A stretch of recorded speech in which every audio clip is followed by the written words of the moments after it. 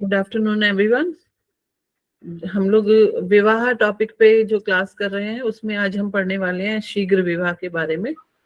शीघ्र विवाह से पहले हम जो टॉपिक पढ़ेंगे वो है कि विवाह को एनालाइज करते समय कुंडली में हमें ये कहा जाता है कि जन्म लगन के साथ साथ चंद्र लगन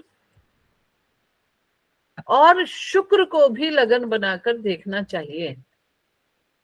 आज हम इन चीजों को एनालाइज करेंगे कि जन्म लगन, चंद्र लगन और शुक्र लगन को कैसे देखें और तीनों से कैसे पता लगाएं विवाह के बारे में। तो देखिए यहाँ लिखा है कि विवाह के लिए चंद्र लगन, शुक्र लगन और जन्म लगन की प्रधानता होती है। विवाह का निर्णय केवल जन्म लगन से नहीं किया जाता। वैदिक ज्योतिष में जन्म लगन, चंद्र लगन तथा शुक्र लगन तीनों का संयुक्त अध्ययन करना आवश्यक माना गया है। प्रत्येक लगन विवाह के अलग अलग पक्ष को दिखाता है। तो वो कौन से पक्ष है, हम लाइए हम इसको जाने। तो सबसे पहले आता है जन्म लगन। तो जन्म लगन जो है हमारी संपूर्ण जीवन, व्यक्तित्व एवं वास्तविक घटनाओं को बताता है।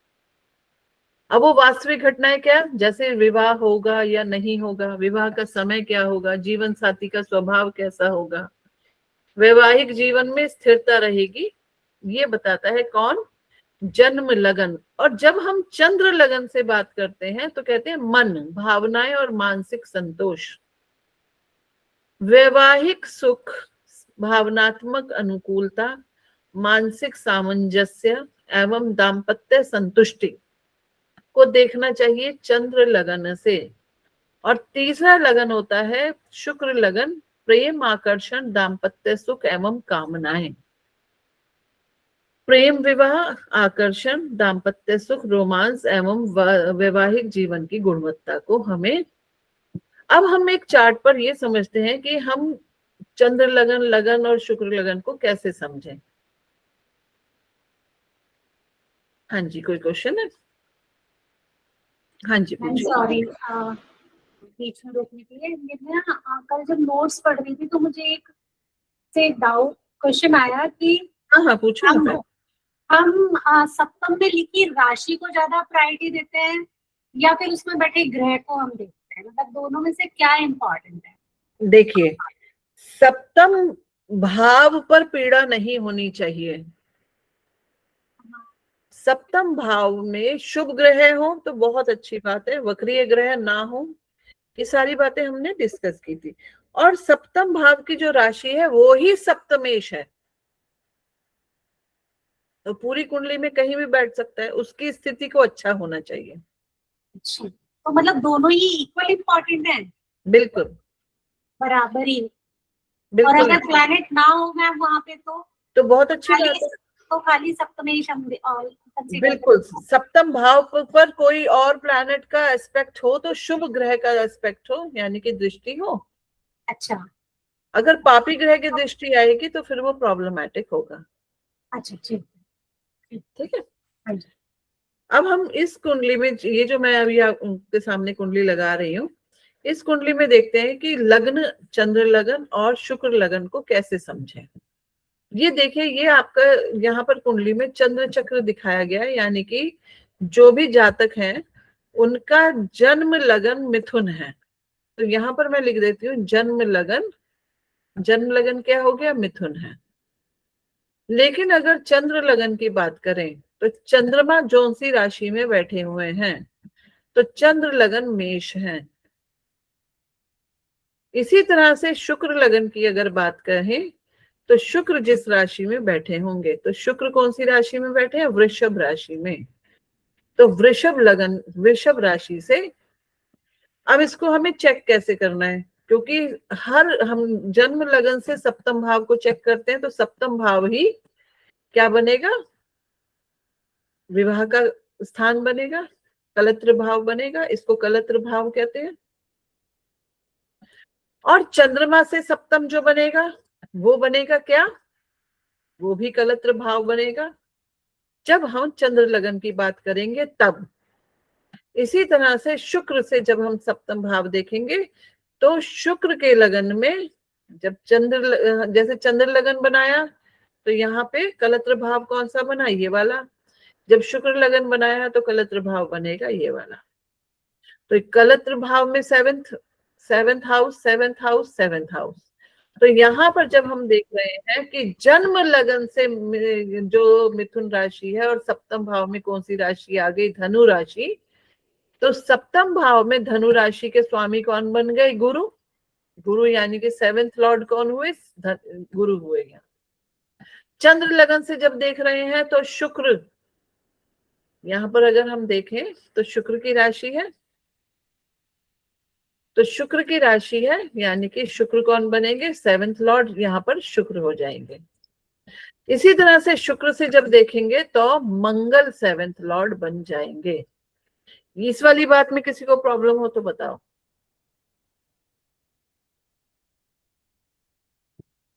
आई होप ये बात। मैम ये कलत्र भाव क्या होता है? कलत्र भाव ही शादी का भाव होता है। सेवेंथ हाउस को कलत्र भाव कहते हैं। सेवेंथ हाउस को कलत्र भाव कहते हैं, विवाह का भाव। ठीक है, ये वाली बात, तीनों बात समझ आ गई। चलिए अब हम आगे बढ़ते हैं। अब हम अगर यहाँ पर ये चेक करें, पहली बात हमने ये देखा कि चंद्र लगन क्या होता है, जन्म लगन क्या होता है, और शुक्र लगन क्या होता है। अब आगे बढ़ते हैं। कह रहे हैं कि शुक्र लगन को प्रधानता क्यों देनी चाहिए, चंद्र लगन को प्रधानता क्यों देनी चाहिए, या फिर जन्म लगन को प्रधानता क्यों देनी चाहिए। वैसे तो ऊपर हमने शॉर्ट में पढ़ ही लिया कि विवाह होगा या नहीं होगा, या विवाह का समय, या जीवन साथी का स्वभाव। लेकिन थोड़ा और डिटेल में अगर हम ये जानने की कोशिश करें कि जन्म लगन को प्रधानता क्यों देनी चाहिए, क्योंकि विवाह का मुख्य निर्णय जन्म लगन से ही किया जाता है। सप्तम भाव, सप्तमेश, सप्तम भाव के कारक ग्रहों का अध्ययन यहीं से होता है। विवाह का समय, विलंब, एक से अधिक विवाह, वैवाहिक स्थिरता, ये सब जन्म लगन से देखे जाते हैं। दशा और गोचर के फल भी जन्म लगन से ही दिखते हैं। ठीक है, लेकिन जब हमें मन को समझना हो कि क्या किसी दो पति पत्नियों के बीच में मानसिक सामंजस्य की स्थिति होगी या नहीं होगी, तो हम चंद्र लगन को प्रधानता देते हैं। विवाह के बाद सुख दुख की अनुभूति चंद्र लगन से देखी जाती है। यदि चंद्र लगन अच्छा हो, किंतु जन्म लगन तो अच्छा है, चंद्र लगन पीड़ित है, तो विवाह तो हो सकता है, परंतु मानसिक संतोष कम रहता है। इसी यहाँ पर आप इस वाले चार्ट में देखिए, जब हम जन्म लगन देख रहे हैं तो सप्तम भाव पर में कोई ग्रह नहीं है, और गुरु अपने से द्वितीय होकर यहाँ पर बैठे हुए हैं। तो कोई भी ग्रह जब अपने से द्वितीय हो जाता है तो ठीक है, अपने से द्वितीय स्थान में चला गया। स्त्री के लिए ये मांगल्य का भाव होता है, तो मांगल्य के भाव में गए हैं। लेकिन जब हम चंद्र लगन से देख रहे हैं सप्तम भाव को, तो यहाँ पे शनि का केतु और राहु के एक्सेस में होना ये जरूर बताता है कि कहीं ना कहीं मानसिक असंतोष रहा होगा। क्या कह सकते हैं हम इस चीज को, क्योंकि हमने पिछले सूत्रों में ये पढ़ा था, जब भी राहु केतु का एक्सेस आ जाता है तो इस चीज में प्रॉब्लम आती है। पढ़ा है ना ये हमने? हाँ जी मैम, पीड़ित हो गया। हाँ जी, पीड़ित हो गया, यानी कि मानसिक असंतोष दिखाई देता है। इसी तरह से जब हम आगे पढ़ें, शुक्र को क्यों माना जाता है, प्रधानता दी जाती है, तो शुक्र से हम दाम्पत्य में जो प्रेम, रोमांस, वैवाहिक सुख, ये सब होता है, शारीरिक सामंजस्य, मधुरता, उस सब को देखते हैं। तो अगर हम इसी कुंडली में ध्यान दें तो शुक्र स्वराशि के हो रहे हैं, लेकिन हमें क्या देखना है, सप्तम भाव को। क्या सप्तम भाव में कोई पीड़ा आ रही है? अगर हम ध्यान दें शुक्र से सप्तम भाव पे कोई पीड़ा दिखाई देती है क्या? नहीं मैम। अच्छा, जो सप्तमेश यहाँ पर बनेगा, मंगल की स्थिति को अच्छा माना जा सकता है? नहीं मैम, अपने से अष्टम बैठा है। अपने से अष्टम बैठा है, वेरी गुड। और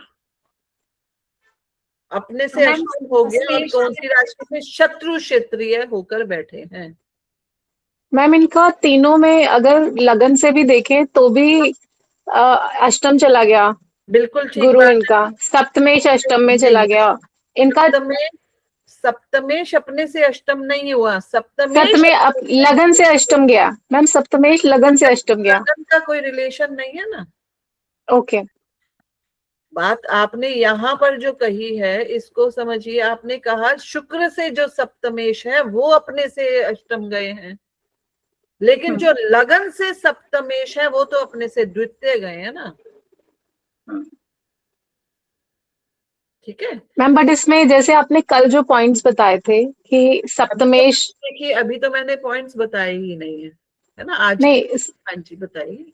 जो आप हम जनरल में पढ़ते हैं कि सप्तमेश द्वितीय में, सप्तमेश तृतीय में, सप्तमेश चतुर्थ में, उसके हिसाब से मैंने ये बात बोली थी कि देखिए, यहाँ पर सप्तमेश अष्टम में गया। कल हमने ये पढ़ा था कि जब सप्तमेश, लगन से सप्तमेश 8वें भाव में जाता है तो वो क्योंकि महिलाओं के, ये महिला की कुंडली है, जी हम कह रहे हैं कि ये महिला की कुंडली है, तो ये मांगल्य का भाव है, तो अगर मांगल्य के भाव में सप्तमेश जा रहा है तो क्या बुराई है। कहाँ नहीं जाना चाहिए, सिक्स्थ में नहीं जाना चाहिए। ओके। ठीक है, क्योंकि फिर वो अपने से 12th हो जाएगा। हमने कल यही पढ़ा था एक्चुअली। जी ठीक है, तो मांगल्य के भाव में जाना ठीक है, लेकिन यहाँ पर जब हम देख रहे हैं शुक्र से, तो शुक्र से आपने बिल्कुल ठीक पकड़ा कि ये अपने स्थान से 1 2 3 4 5 6 7 8, तो अपने सप्तमेश यहाँ से ये गए हैं 8th। मैम, लेकिन चंद्रमा से भी वो अष्टम में ही जा रहे हैं। सेम। यहाँ पर तो ये द्वितीय हुए हैं, तो चलिए अब हम इसको चेक कर लेते हैं। यहाँ पे चंद्रमा से जो सप्तमेश है वो भी 8th गए हैं, लेकिन स्वराशि के होने के कारण यहाँ पर हमें थोड़ा सा बेटर स्थिति दिखाई देती है, लेकिन सप्तम भाव यहाँ पीड़ित है चंद्रमा से। चंद्रमा से सप्तम भाव यहाँ पर क्या राहु केतु के एक्सेस में आ गया, और शनि खुद बैठे हुए हैं वहां उच्च के होकर, तो मानसिक असंतोष की भावना दे सकते हैं। ठीक है, देखिए हमने अब यहाँ पर क्या पढ़ाया है, इसको हम ध्यान अगर दें कि हम लगन से क्या देखते हैं, विवाह का टाइम कब है, विवाह कब होगा। ठीक है, तो ये जो कुंडली मैंने लगाई है ये लगाई है अर्ली मैरिज की, तो अगर ये अर्ली मैरिज की कुंडली है तो विवाह कब होगा वाली स्थिति में जो ये आपका आ रहा है लगन से सप्तम भाव, वो बिल्कुल साफ सुथरा है, कोई इस पे नेगेटिविटी दिख रही है। ये एक शनि की दृष्टि आ रही है, शनि की दृष्टि आ रही है, ये यहाँ पर अपने से दूसरे मांगल्य भाव में जा रहे हैं, फिर भी अर्ली मैरिज हो रही है, तो ऐसा क्या कारण हो सकता है। इसका कारण हम D9 में भी खोज सकते हैं, क्योंकि केवल D9 से हम फैसले नहीं लेते ना, हम D9 से भी फैसले लेते हैं। सारे सूत्र पढ़ने के बाद हम धीरे धीरे उस निर्णय पर पहुंच जाएंगे कि क्यों इनकी अर्ली मैरिज हुई है। हाँ जी प्रतिभा। मैम वो सप्तम पे राहु की दृष्टि आ रही है नवम। अच्छा, मैं अभी देख लेते हैं, हाँ जी। सप्तम पे राहु की दृष्टि आ रही है। हम लगन वाले ग्रह भी देख रहे हैं सप्तम को, लगन सूर्य वाले मंगल। देख रहे हैं सप्तम को, तो ऐसे में क्या लेट मैरिज होनी चाहिए थी इनकी, यहाँ पर सप्तम भाव खराब हो गया। ठीक है, बट मैम राहु तो जल्दी, राहु को ब्याह बोलते हैं, अगर राहु की दृष्टि आ रही है तो जल्दी जी हो। हाँ, जी हाँ, आप ठीक कह रहे हैं, आप बिल्कुल ठीक कह रहे हैं। और जो इनके लग्नेश है वो ही खुद देख रहे हैं, मतलब जो इनके राशिश हैं वो ही खुद इस भाव को देख रहे हैं। ठीक है, चलिए अभी हम सूत्रों पे जब जा रहे हैं तो हमें सूत्र क्या पता चल रहे हैं। पहला सूत्र हमने पढ़ा कि लगन को भी देखना चाहिए, लगन से सप्तम। दूसरी बात, हमें चंद्रमा से सप्तम देखना चाहिए, और तीसरी बात, हमें शुक्र से भी सप्तम को चेक करना चाहिए। क्यों करना चाहिए, क्योंकि लगन विवाह के समय को बताएगा, और ये चंद्रमा से सप्तम भाव हमारी मानसिक कंपैटिबिलिटी को बताएगा, और शुक्र से सप्तम रोमांस और प्रेम को दिखाएगा। ठीक है, इसलिए ये कहा गया है कि कौन से लगन को प्रधानता देनी चाहिए। तो 3 अलग अलग चीजें देखने के लिए 3 अलग अलग बातों को, लग्नों को चेक करना चाहिए। ठीक है, विवाह होगा या नहीं होगा उसको देखने के लिए लगन, मानसिक कंपैटिबिलिटी, मानसिक सामंजस्य रहेगा कि नहीं रहेगा उसके लिए चंद्रमा, और शुक्र को से हमें पता चलता है रोमांटिक संबंध, वैवाहिक सुख, शारीरिक सामंजस्य और जीवन साथी के साथ मधुरता। तो इसलिए कहा गया है कि इन तीनों लग्नों को ही इंपॉर्टेंस दी जाती है विवाह के फैक्टर्स को समझने के लिए, विवाह के लिए किसी की भी कुंडली देखने के लिए। ये वाली बात समझ आ गई। अब हम सूत्र पढ़ेंगे आगे। अब हमारा क्या वो है यहाँ पर कि हम सूत्र पढ़ें, और कौन से सूत्र पढ़ेंगे हम कि अर्ली मैरिज। तो पहला हमारा टॉपिक अर्ली मैरिज का है। अर्ली मैरिज तभी होगी जब सप्तम भाव बिल्कुल स्पष्ट रूप से साफ सुथरा है, कोई लड़ाई झगड़ा नहीं, शादी हो गई, टाइमली शादी। अब भारत में टाइमली शादी किसको कहते हैं? हम लोग 2026 में हैं इस समय, तो महिलाओं के लिए भी 21 साल मिनिमम एज कर दी गई है, और पुरुषों के लिए तो 21 साल थी ही। लेकिन 18 से 21 साल या 22-23 साल की लड़की की अगर शादी हो रही है तो हम कहेंगे अर्ली मैरिज है। 25-26 हो गया तो थोड़ा सा टाइमली बोल देंगे। ठीक है, 18-19 साल के बच्चे की शादी को शादी अर्ली मैरिज बोल दिया जाता है। लड़कों के केस में भी 20-21-22 साल के लड़के की शादी को अर्ली मैरिज ही बोला जाता है। ठीक है, तो हम पहले सूत्र पढ़ेंगे। आप लोगों के पास भी अर्ली मैरिज के कोई चार्ट होंगे, आप अपने चार्ट्स पे लगाकर देखिएगा इन सूत्रों को कि क्या हो रहा है। तो हम पहले इनके सूत्रों पे जब जा रहे हैं, यहां से मैं स्क्रॉल करके इसको ऊपर ले लेते, यहां पर तो पहला सूत्र आता है अर्ली मैरिज का, वो है कि 1-7 एक्सिस में शुभ ग्रह हो।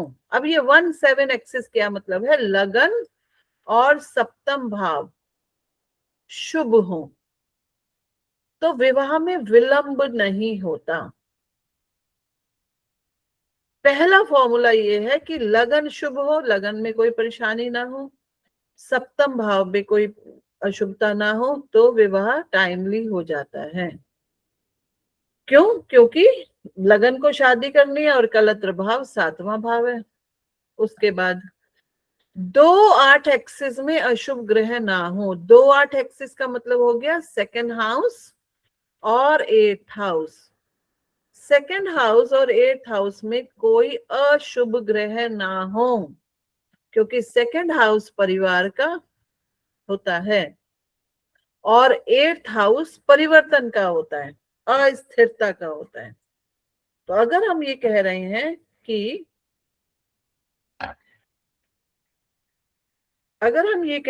कि एम आई ऑडिबल? आप मुझे सुन पा रहे हैं? Yes ma'am, yes ma'am. Okay, तो 8th हाउस पे भी कोई अशुभ ग्रह ना हो, क्योंकि 8th हाउस में बैठा हुआ अशुभ ग्रह 2nd हाउस को देखेगा। शुक्र अस्त ना हो।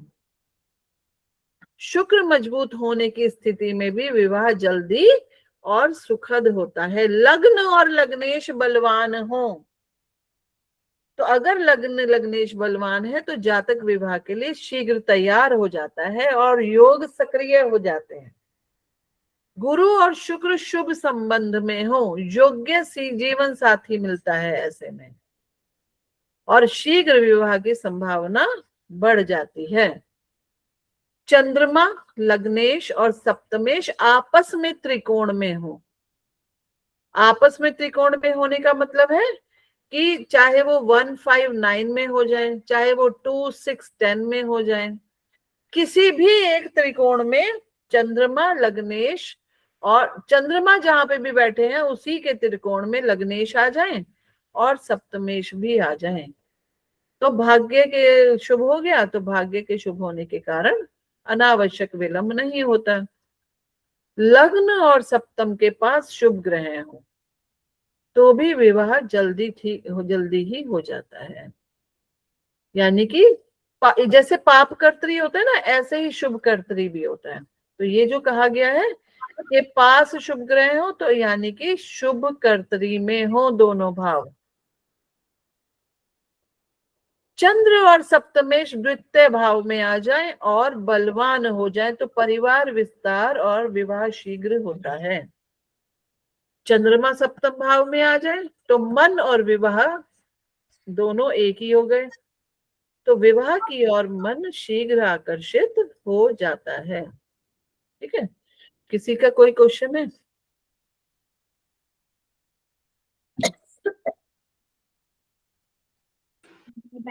मैं अपनी अपनी कुंडली पे इसको लगा के देखी थी, तो मेरे तो अष्टम भाव में पाप ही ग्रह थे मैम। कोई बात नहीं, अभी देख लेते हैं उसको भी। ठीक है, हो सकता है जिसको आप पाप ग्रह कह रहे हैं वो आपकी कुंडली का सबसे शुभ ग्रह हो। हाँ हो सकता है, बस हाँ चंद्रमा और सप्तमी से एक दूसरे से त्रिकोण में और केंद्र में आते हैं। बस बस बस, देखिए सारे सूत्र एक साथ नहीं लग सकते, लेकिन कुछ सूत्र भी लग रहे हैं, तो इसका मतलब है कि ठीक है ना। चलिए आगे को देखते हैं। लग्नेश और सप्तमेश में संबंध हो तो विवाह टाइमली हो जाता है। लग्नेश द्वितीयेश सप्तमेश तीनों बलवान हो तो विवाह बिना बाधा के संपन्न होता है। लगन में शनि और द्वादश भाव में चंद्रमा हो तो कुछ मतों के अनुसार कम आयु में विवाह का योग बनाता है। पुरुष की कुंडली में शुक्र चंद्रमा बलवान हो और शनि से पीड़ित ना हो तो भी शीघ्र और सुखद विवाह की संभावनाएं रहती हैं। स्त्री की कुंडली में सूर्य और शुक्र बलवान हो तो समय से शादी की संभावनाएं बन जाती हैं। लगन पंचम या सप्तम में जल राशियां हो, जल राशियां यानी कि कर्क राशि, वृश्चिक राशि या मीन राशि हो। लगन कर्क का हो या फिर पंचम भाव में इनमें से कोई राशि हो तो भावनात्मक स्वभाव के कारण विवाह जल्दी हो जाता है। अगला पॉइंट दिया है कि शुक्र स्वराशि के, उच्च राशि के, मूल त्रिकोण या मित्र राशि में हो तथा सप्तमेश शुभ राशि में हो तो भी, सप्तमेश एकादश भाव में हो और शुक्र द्वितीय भाव में हो तो विवाह की इच्छा शीघ्र पूर्ण होती है। ऐसे ही सप्तमेश की शुक्र से युति हो जाए तो दाम्पत्य योग मजबूत होकर शीघ्र विवाह करवा देता है। और फिर है द्वितीयेश और एकादशेश में राशि परिवर्तन हो जाए तो परिवार और इच्छाओं की पूर्ति के लिए विवाह शीघ्र होने की संभावना बन जाती है। तो ये कुछ पॉइंट्स हैं जिनको, अच्छा ये तो हो गए पीएसी। पीएसी को क्या कहते हैं हम? संभावनाएं, यानी कि योग ऐसे बन जाए। पीएसी क्या होता है? प्लेसमेंट, एस्पेक्ट और कंजंक्शन। तो जितनी भी अभी तक हमने बात की वो हमने बात की पीएसी के बारे में, यानी कि संभावनाएं ऐसी ऐसी हो तो जल्दी शादी हो जाएंगी। लेकिन साथ में योग होने के साथ साथ दशा और गोचर का भी बहुत महत्वपूर्ण रोल है कि दशा और गोचर भी सूटेबल आ गया। अच्छा, जो भी सूत्र हमने ऊपर पढ़े हैं वो हमने D1 में भी देखने हैं और D9 में भी चेक करने हैं, और साथ साथ दशा, अंतरदशा, गोचर, ये नमाज की बात हमने कर ही ली। ये सभी लोग, ये सभी जो है विवाह को सपोर्ट करते हो तो शीघ्र विवाह का निष्कर्ष देना चाहिए। अब इसी बात को अगर हम, जो हमने कुंडली यहाँ पर ली हुई है, ये एक महिला की कुंडली है, जिसका विवाह, जिसका जन्म हुआ है 1985 में और विवाह हुआ 2004 में, तो क्या उम्र रही होगी इनकी जब इनका विवाह हुआ? 19 साल मैम। इनकी उम्र 19 साल थी जब इनका विवाह हो गया। ऐसा क्या रहा इनके चार्ट को देखकर हम पता लगाएंगे। जो ऊपर हमने सूत्र पढ़े उन्हीं को लगाकर हम ये समझने की कोशिश करेंगे कि 19 साल की उम्र में इनका विवाह कैसे हुआ। इनका जन्म जुलाई 1985 का है।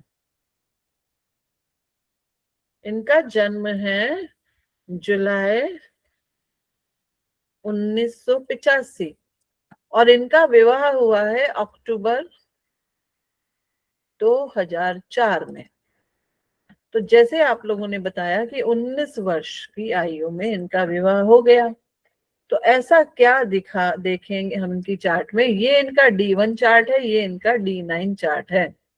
तो सबसे पहले आप लोगों ने तो कहा कि सूर्य और मंगल बैठे हुए हैं लगन में, लेकिन जो मंगल बैठे हुए हैं वो एकादशेष है और जो सूर्य बैठे हुए हैं वो थर्ड लॉर्ड है। तो चलिए, क्या D1 में लगन खराब दिखता है तो क्या ये इनका सप्तमेश भी खराब दिखता है? तो सप्तमेश तो यहाँ बैठ गए। कुछ कष्ट ये दिखता है कि शनि की दृष्टि आ रही है और आपने कहा राहु की भी दृष्टि आ रही है। सप्तम भाव पे तो थोड़ी पीड़ा दिखती है, लेकिन क्या वो D9 में भी है? D9 में स्वराशि के शुक्र बैठे हैं। स्वराशि के शुक्र बैठने का मतलब है कि शुक्र बली हैं। इनके चार्ट में कौन बली है? शुक्र। शुक्र का बली होना ये बताता है कि इनका विवाह जल्दी हो सकता है। ठीक है, और चंद्रमा को देख लेते हैं।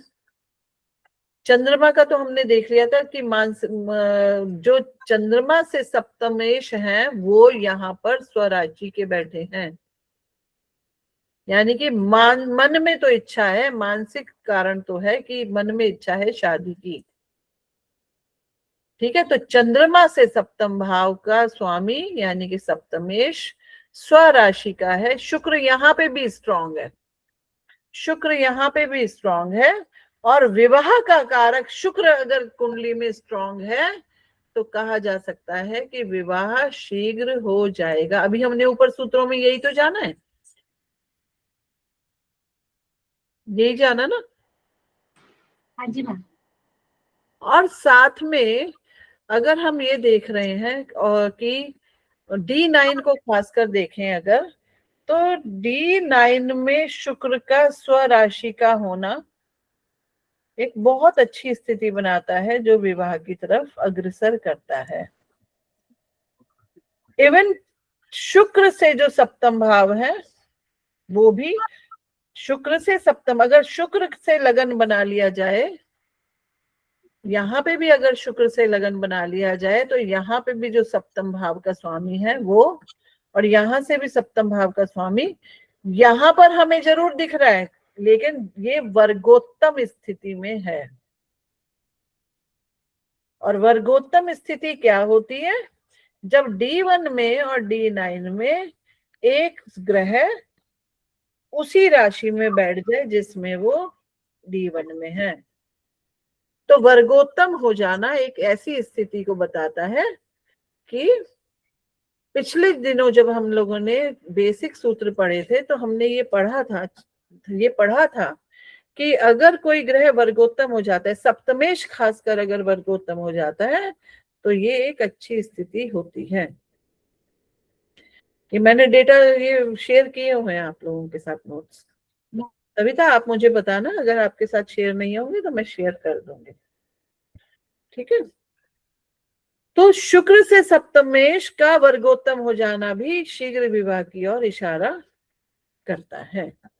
तो यहाँ पर जो हम चार्ट देख रहे हैं उनमें तो साफ साफ दिखाई दे रहा है कि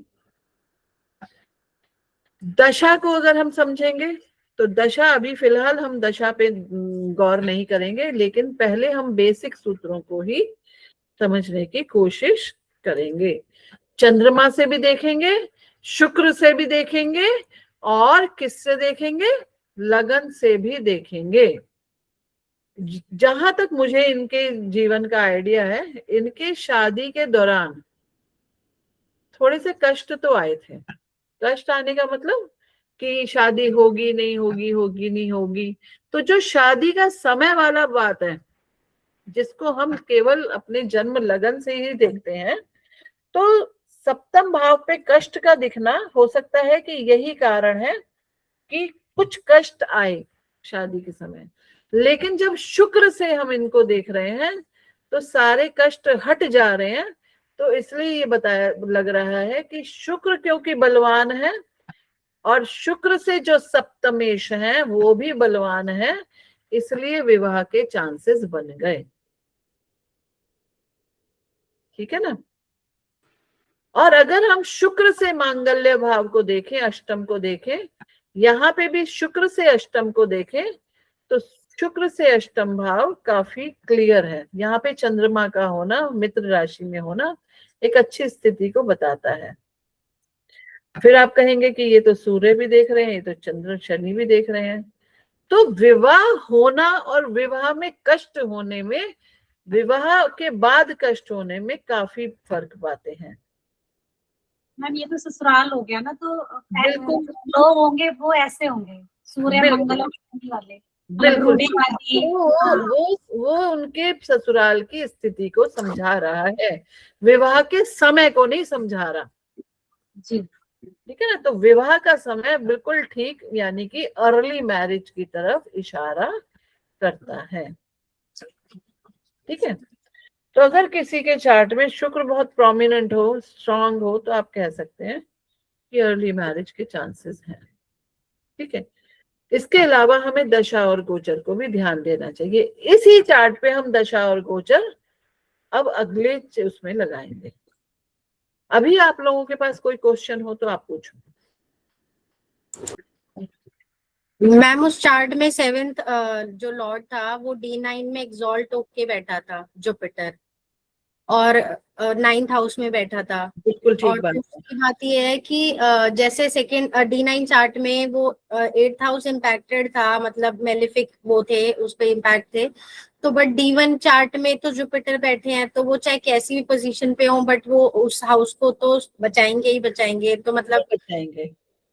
तो उसका मतलब क्या रेलेवेंस, मतलब जब क्या कोई प्लैनेट अपने मूल त्रिकोण राशि से द्वितीय हो जाता है, जब कोई प्लैनेट अपनी मूल त्रिकोण राशि से दूसरा हो जाता है, तो इसका मतलब है कि वो फाइनेंशियल गेन्स देगा।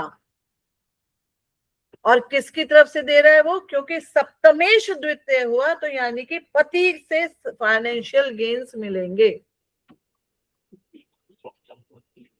ठीक है ना? ये वाली बात क्लियर हो गई।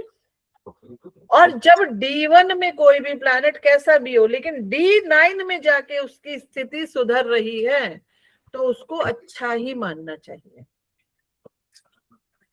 और अगर D9 में खराब हो और D1 में अच्छी हो फिर तो परेशानी है। ऐसा देखो, यहाँ पर मैं दोबारा लगाती हूँ इसी चार्ट को। D1 में जुपिटर की जो स्थिति है वो नीच के हैं, लेकिन D9 में ये एग्जॉल्ट हो गए, यानी कि उच्च के हो गए। यहाँ ये नीच के हैं, यहाँ ये, तो जुपिटर की स्थिति बहुत अच्छी है, भाग्यदायक हो गई। भाग्य भाव में बैठ गए। और भाग्य भाव में भी बैठ गए। तो महिलाओं की कुंडली में तो जुपिटर का रोल बहुत इंपॉर्टेंट है ना। और मैम पंचम के भी लॉर्ड हैं, तो प्यार में पंचम के भी लॉर्ड हैं, तो यानी कि जीवन में आने वाले समय में, मतलब D9 में अगर ऐसा हो रहा है तो बहुत खुशी की बात है, अच्छी बात है, ये एक आशीर्वाद है। ठीक है? शुक्र और गुरु दोनों ही इसमें बलवान हो गए मैम यहाँ पे। शुक्र और गुरु दोनों ही बलवान हो गए। और ऊपर हमने सूत्र में पढ़ा भी था, यहाँ अगर मैं दोबारा से स्क्रॉल करके आपको दिखा सकूं, गुरु और शुक्र में शुभ संबंध हो और दोनों ही बलवान हो, ये भी हमने ऊपर पढ़ा था। तो इस चार्ट में हमें ये साफ साफ दिख रहा है कि गुरु भी स्ट्रांग है और शुक्र भी स्ट्रांग है, खासकर D9 में। ठीक है ना? और पूछिए। 8th हाउस से रिलेटेड जो भी चीजें यहाँ पर दिख रही हैं वो ये इसलिए दिख रही है कि वो उनके घर का माहौल, यानी कि वो उनके ससुराल के माहौल को दिखाती हैं। ठीक है ना? अब ससुराल के माहौल को कैसे कैसे दिखाती है? वायु तत्व की राशि में अग्नि तत्व के ग्रह बैठे हैं, शनि महाराज बैठे हैं, तो दिल दुखाने वाली बातें करते होंगे, रूढ़ीवादी होंगे मैम। रूढ़ीवादी भी होंगे। ज्योतिष में बैठे हुए हैं, हाँ जी, कर्कश आवाज में बोलते होंगे, तेज आवाज में। हाँ, मंगल है। और शनि तो कर्कश आवाज में बोलते हैं, मंगल आपके ऊंची ऊंची आवाज में अथॉरिटी के साथ बोलते हैं, सूर्य आग उगलते हैं। तो ये चीजें बिल्कुल अलग हैं, ये हमारे विषय से फिलहाल अलग है। हम लोग बात कर रहे हैं शीघ्र विवाह की। हाँ, क्वालिटी भी देखेंगे हम कि पति कैसा होगा। जैसे हमने कहा कि पति को देख कैसे होंगे पति, ये देखने के लिए 7th लॉर्ड, लगन से 7th लॉर्ड को देखते हैं। तो लगन से 7th लॉर्ड गुरु हैं। तो गुरु क्या है? यहाँ पर भले ही नीच के हो रहे हैं लेकिन यहाँ पर उच्चता पे हैं।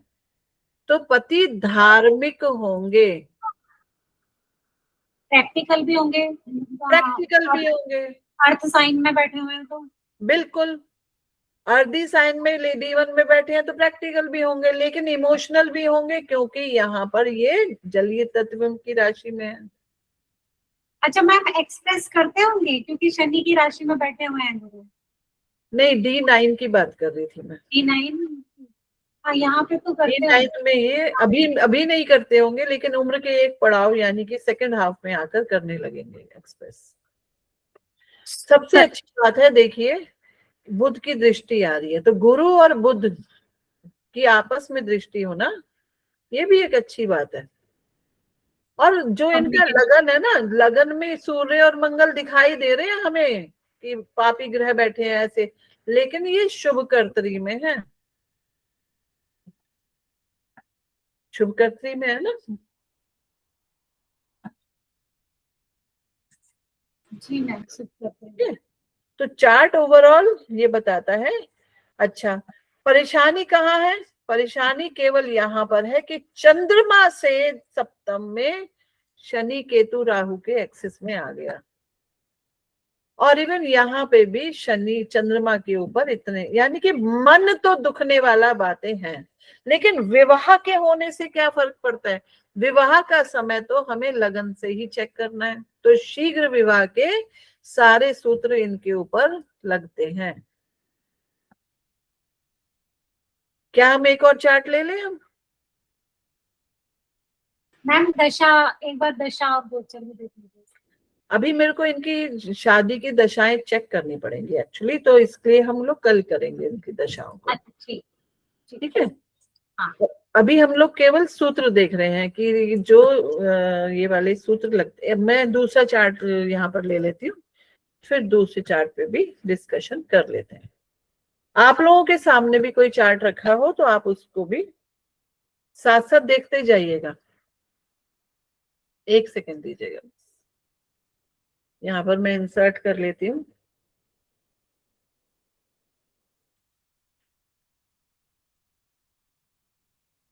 एक सेकंड।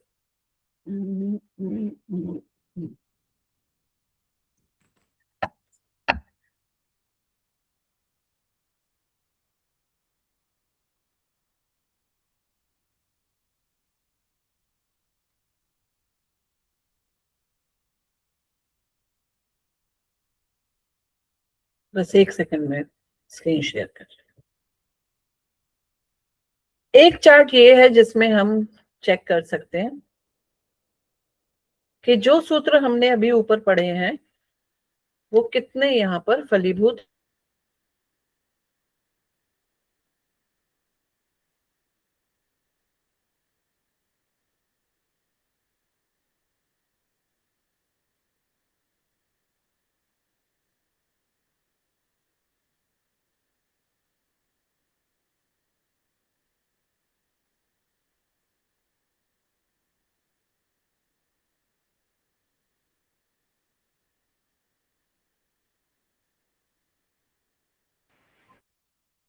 हाँ जी, सॉरी, मैं चार्ट शेयर करने के लिए, यहाँ देखिए, क्या ये चार्ट दिखाई दे रहा है? यस हाँ जी, कुंभ लगन का चार्ट है ये। लगन में गुरु बैठे हैं। लगन से सप्तम भाव को देखना चाहिए, तो सप्तम भाव खाली है, कोई दृष्टि, तो राहु की दृष्टि है। सप्तमेश को देखें तो सप्तमेश केंद्र का स्वामी केंद्र में ही है। लग्नेश से दृष्ट है। अब यहां देखिए कि लग्नेश और सप्तमेश का आपस में एक दूसरे को म्यूचुअल एस्पेक्ट है ना। लग्नेश और सप्तमेश आपस में एक दूसरे को परस्पर दृष्टि से देख रहे हैं। ठीक है, केंद्र के स्वामी केंद्र में ही है, ये बहुत अच्छी स्थिति हो गई। तो ये कहीं ना कहीं शीघ्र विवाह की ओर इशारा करते हैं। चंद्रमा से देखिए, चंद्रमा के साथ ही शुक्र का बैठ जाना और चंद्रमा का स्वराशि का होना।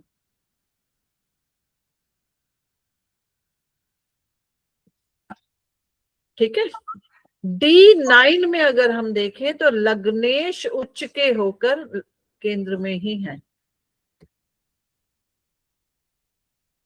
और सप्तमेश के साथ बैठे हैं।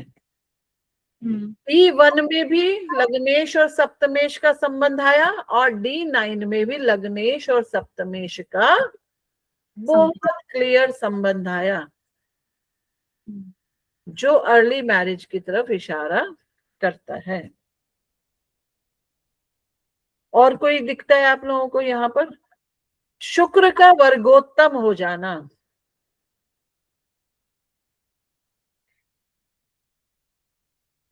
और शुक्र से दशम भाव पे कोई ऐसी कष्ट तो दिख नहीं रहा। शनि महाराज देख रहे हैं तो अपनी राशि को देख रहे हैं।